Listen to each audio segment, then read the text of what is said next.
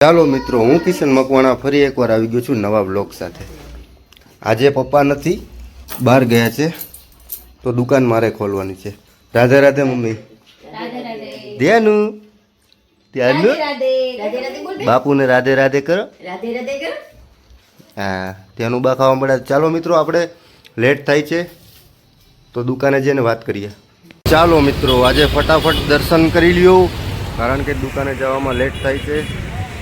જય રામનાથ મહાદેવ, બધાની મનોકામના પૂર્ણ કરો। તો ચાલો મિત્રો, દાદાના પણ દર્શન કરી જ લો। જ્યારે જ્યારે પણ મન અશાંત લાગે ત્યારે હું આ મંદિરે આવું છું, શ્રી કપિલા હનુમાનજી ચૈતન્ય ધામ।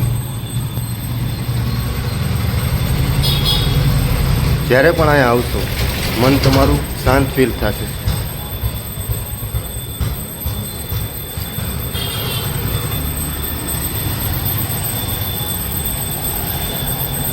નો ટ્રાફિક, શાંતિ, તમને એવું લાગશે તમે અને ભગવાન બસ।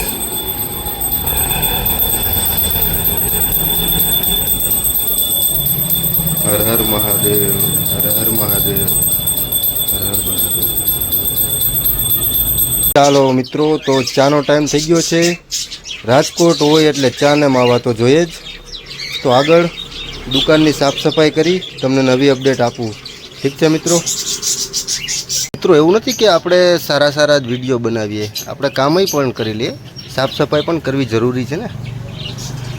પરિશ્રમ, અત્યારે મારો પરિશ્રમનો સમય છે, અને પરિશ્રમ એ નસીબની જનની છે, ઠીક છે?